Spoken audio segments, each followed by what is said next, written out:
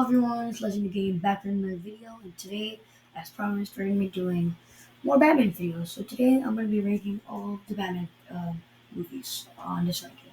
So I've seen all of them, but I'm not going to be ranking the Lego movie, even though it's a Batman movie, and technically Batman's in it. I didn't watch it, so I can't rank it, so sorry.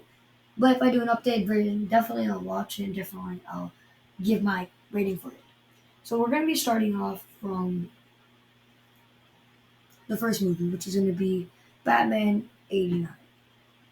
So S street meaning God, A is like, it's good, B meaning it's okay, C meaning meh, D meaning and F meaning garbage. So Batman 89 is going to, and by the way, the order of they are on the list, let's say Batman 89 is in front of, let's say, Justice League, that means it's better than Justice League on this list, not like it's in a particular order.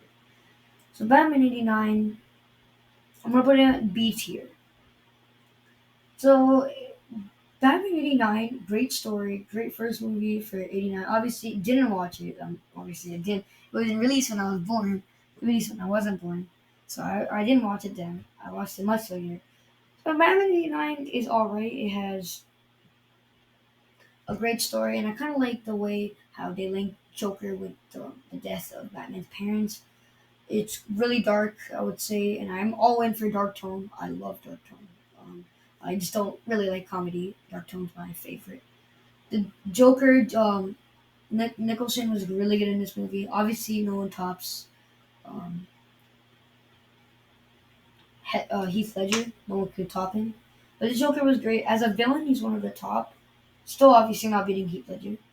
Michael Keaton's first movie, great actor. I just feel like he's kind of old for the role. Batmobile, nice. I really like the story. Kind of dark, but I feel like we really didn't get the biggest backstory as we got in Batman Begins. That's why I'm gonna put it in B tier. I feel like there's better movies. It's good, but not as good as some of the other movies on this list.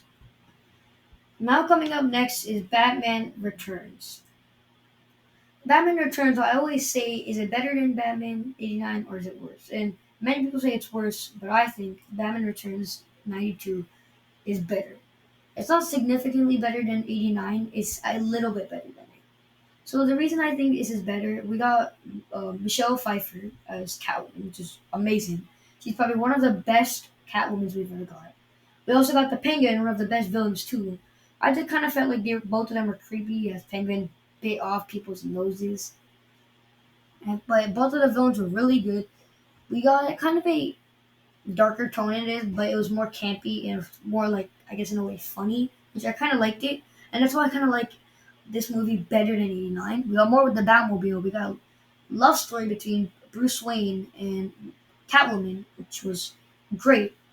Michelle Pfeiffer, best Catwoman, best actress. Loved her in this movie. She was great. And this is why I feel like it's one of the best movies. We had a great good story in this, plot good. I just feel like it could have been better if they just stuck with the darker tone and not went towards campiness. That's kind of where like it would have been A tier if it wasn't. And the reason I really think it's not S tier is because it was kind of creepy. Like both of the villains were really creepy. Where Penguin bit off people's noses, like that's creepy. Next coming up on this list is Batman Forever. Now this is where the Batman franchise kind of took a shook. Now we have a new director. Keaton said bye. Director said bye. And now we're on to Joe Schumacher with his two movies. So now we're starting with Batman Forever. And I'm going to put Batman Forever in C tier. The reason I'm putting it in C tier, which is like meh, I might put it in somewhere lower. I'm still debating. I'll put it in C tier for now because for once we actually got a Batman movie. The other two movies were more placed on Bruce Wayne. This movie is where we got more Batman and where Joel Schumacher wanted to go for a darker tone. Problem is, that really didn't happen. Because I feel like Joel Schumacher wanted to go for a darker tone, but instead he kind of made more of a campy movie. And the reason this is lower than both of the other movies is because both of the villains were too goofy. We had Jim Carrey as the Riddler, and we had Two Face, which both of them were way too campy. Two Face was not even a villain; he was just a complete joke with his face and stuff. And then Jim Carrey as the Riddler was awesome. I loved him, but like still campy. The movie, I feel like, could have been better. The suits in this, I don't talk about the suits. The suit in this movie was not bad. The one at the end, though, where it was like full silver, was like, no. Alfred in this movie kind of sold too. At the beginning, he's like, "So can I persuade you to get a sandwich?" Like, it's not a way you start this movie, man. So the reason it's down below is it's good. It's not bad. It's like a 5 out of 10 if I have to give it. It's like meh, because it's a Batman movie, good story. Villains were at peak, but it was they made it too campy. They like the plot was weird. The dialogue was kind of just weird too, and the movie was kind of a fail for Joel Schumacher, even though it was a success at the box office. The next coming up is Batman and Robin, and you already know where this is gonna go. S tier. All right, let's go, boys. So Batman and Robin probably one of the best. You thought F tier. It sucks. Batman and Robin is probably one of the worst movies ever. We thought Justice League was bad, but then we're coming back to Batman and Robin. So the problem is, I feel like Joe Schumacher wanted to make a dark movie. He wanted to make the Dark Knight first before Christopher Nolan would ever make it. But if Warner Bros. And the production company, all of the other people behind the scenes, wanted to make this more kid friendly because they thought Batman Returns and Batman '89 were too dark for kids. So that's why they made Batman Forever way too campy and Batman and Robin even worse, double it. And another reason they really thought making this movie campy was a good idea is because Batman Forever was a pretty good success, made 350 million at box office because of the campiness. So they thought, let's try it again. But instead they failed. This movie really sucked. They made it way too campy and funny, which it didn't fit Batman, and it kind of killed the franchise for 7 years until Batman Begins came. And also, the villain, there were like too many villains in the movie. There was Mr. Freeze, Poison Ivy. We also had we also had Bane in this movie. God damn. All three of the villains sucked. I mean, Mr. Freeze is kind of iconic, so I guess I'll let him slide. Poison Ivy, I feel like the actress was kind of stuck in this loop of comedy that she couldn't really express it. But I feel like she was a good choice. She could have done it. Just she was just stuck in this bad Joe Schumacher movie. And Bane was completely useless. All he was like a bodyguard for Poison Ivy. He was so goofy. Like I'm just trying to compare him to Bane in Dark Knight Rises, and you're gonna see how different he is. Like how Bane was in Dark Knight Rises, and how this superior, strong, horrible bodyguard this is in Batman and Robin. Plus, we also had Robin, which also kind of sucked at the beginning. He's like, "Oh, chicks dig the car." Like really? This movie, the line sucked. This movie was an advertisement for their toys. Joe Schumacher tried, but I guess he was kind of stuck with the Warner Bros., which kind of sucked, bro. And let's talk about George Clooney. George Clooney, I feel like I'm not saying the cast wasn't bad. I'm saying the cast was probably almost perfect. We had George Clooney as Batman, which wasn't bad.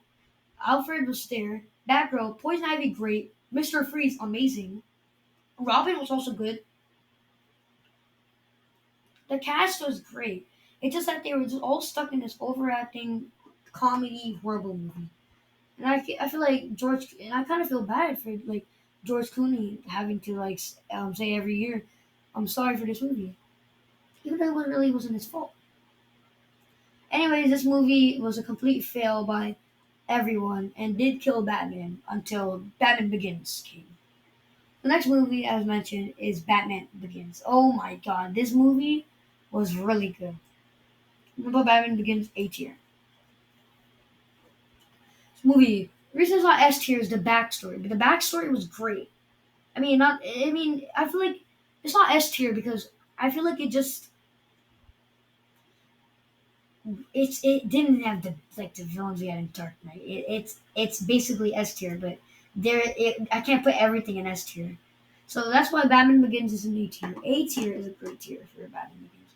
Christopher Nolan came out, made this serious Batman, dark tone. By the way, I love dark tone. And when he made this, I was all in for it. Batman Begins, great movie. So basically, in this movie, we had Christian Bale, probably one of the best Bruce Waynes ever. I still think that. and we had the best backstories ever. I feel like in the other movies, like Batman '89, the backstory was kind of sucky. It didn't really wasn't that good. But in this movie, we got the best backstory where his parents are shot by his thief, and how he becomes Batman. He has to, I guess, overcome his fear. And probably, this villain Scarecrow was so good in this movie. The Batmobile, we got the introduction to Rachel, and it was just so good. And in the Batsuit in this movie, Christian Bale kind of looked like kind of larger in this movie, and that's what made him so good. This movie was great. Like to bring back Batman, this kind of rebooted it, revived Batman. This movie, and because this movie revived Batman, that's why I'm putting it such a high tier. Anyways, Batman Begins awesome start to Dark Knight trilogy, but that wasn't it. Now we're moving on to Dark Knight, which was 10 times better. Not in a bad way. Dark Knight. Oh my god. The Dark Knight.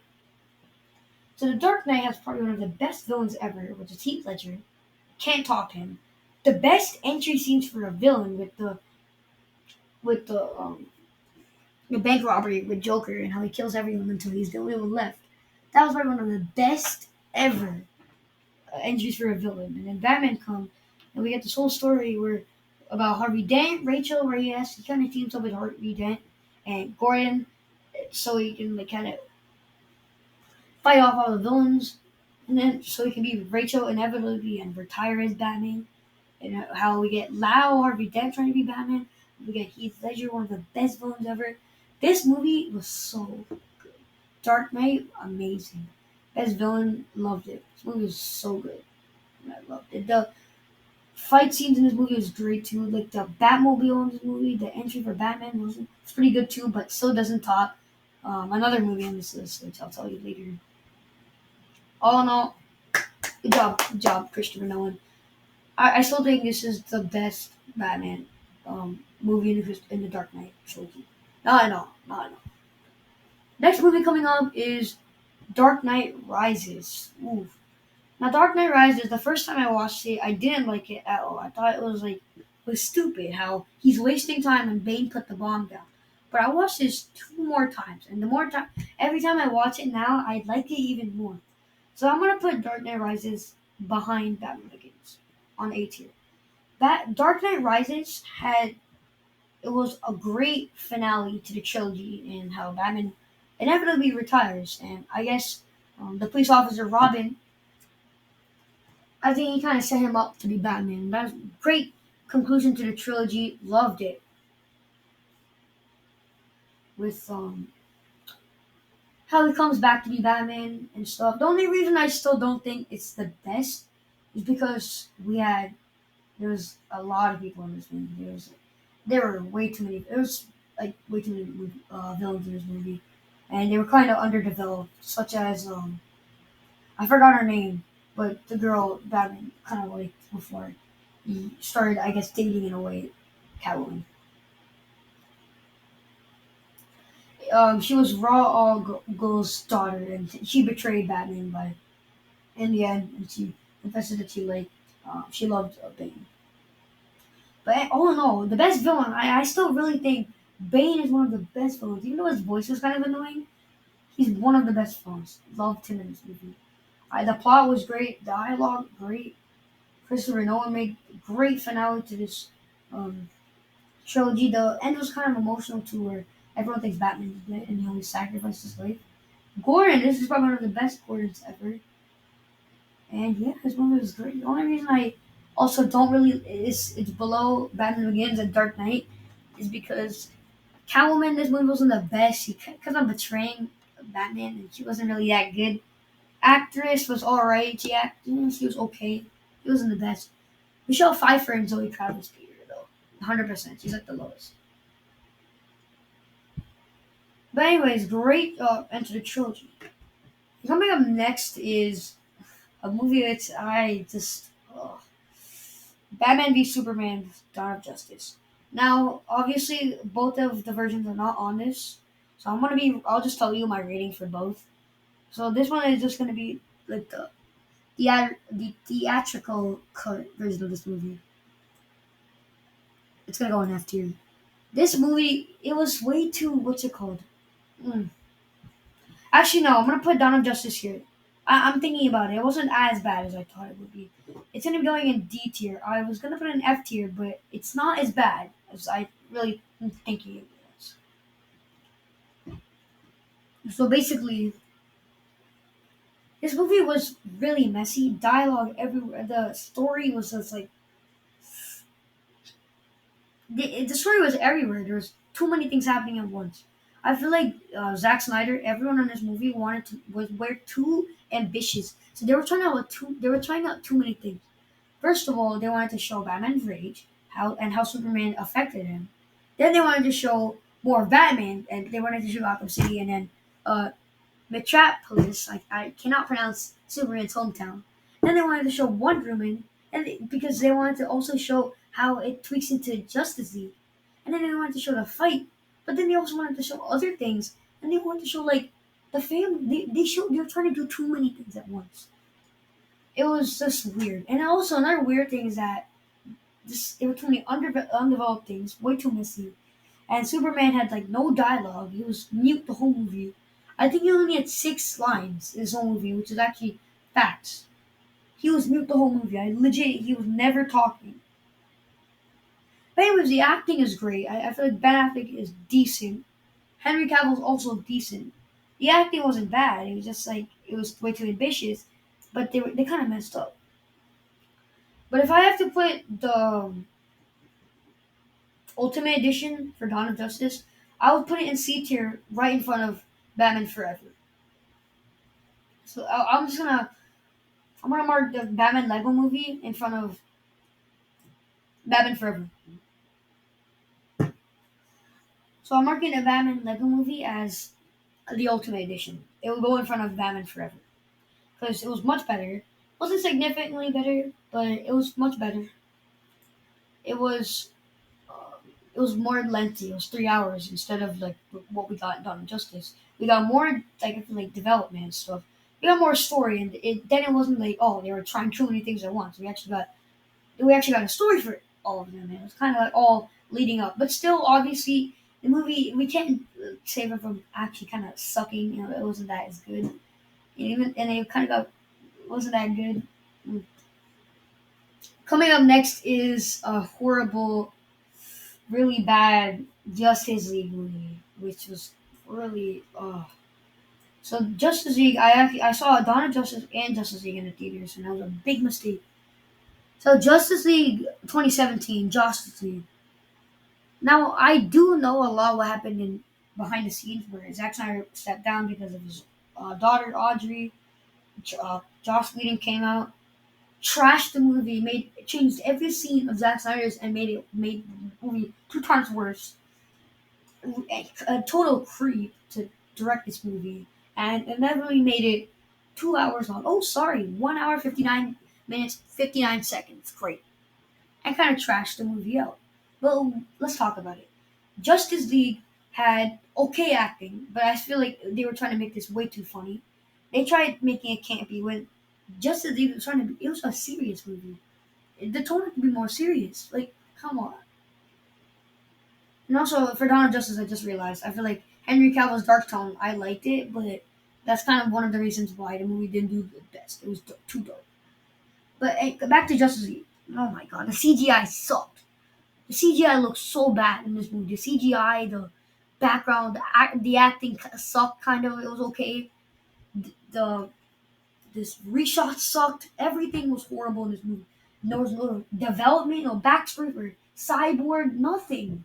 All they did was make a 2 hour movie filled of just I feel like fights and I'm just gonna say for Zack Snyder's Justice League where Flash like stops time, they took the best scene out of like the final battle of Zack Snyder's Justice League and just put freaking Flash falling onto Wonder Woman, bro.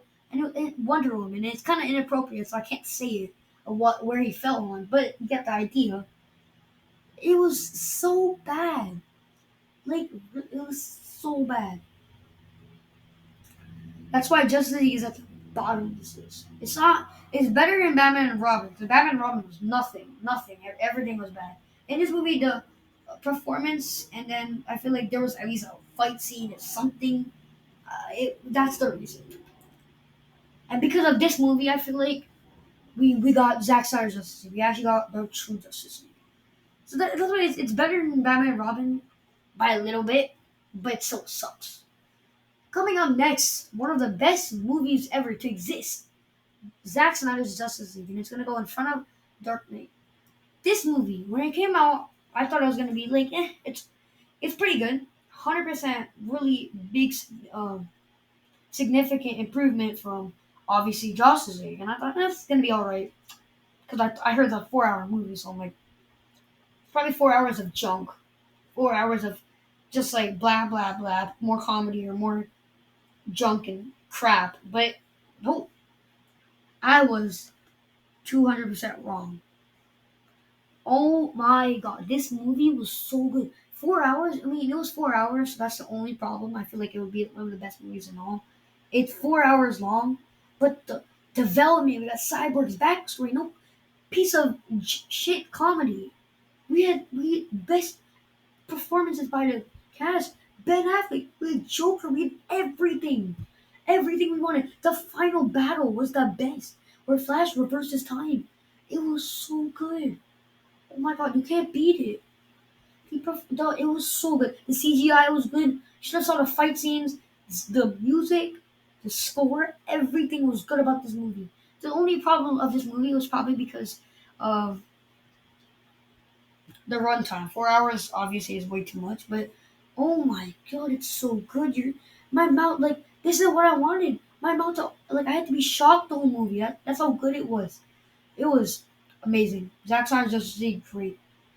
Now I feel like I feel like their only success in trying to be Marvel. Everything else kind of failed. But all in all, best movie. Coming as our last movie is The Batman 2022. Which I recently watched and made my review of. So go check out my channel to see my review for The Batman. So Batman is gonna be going. Hold up, stupid ad, stupid ad.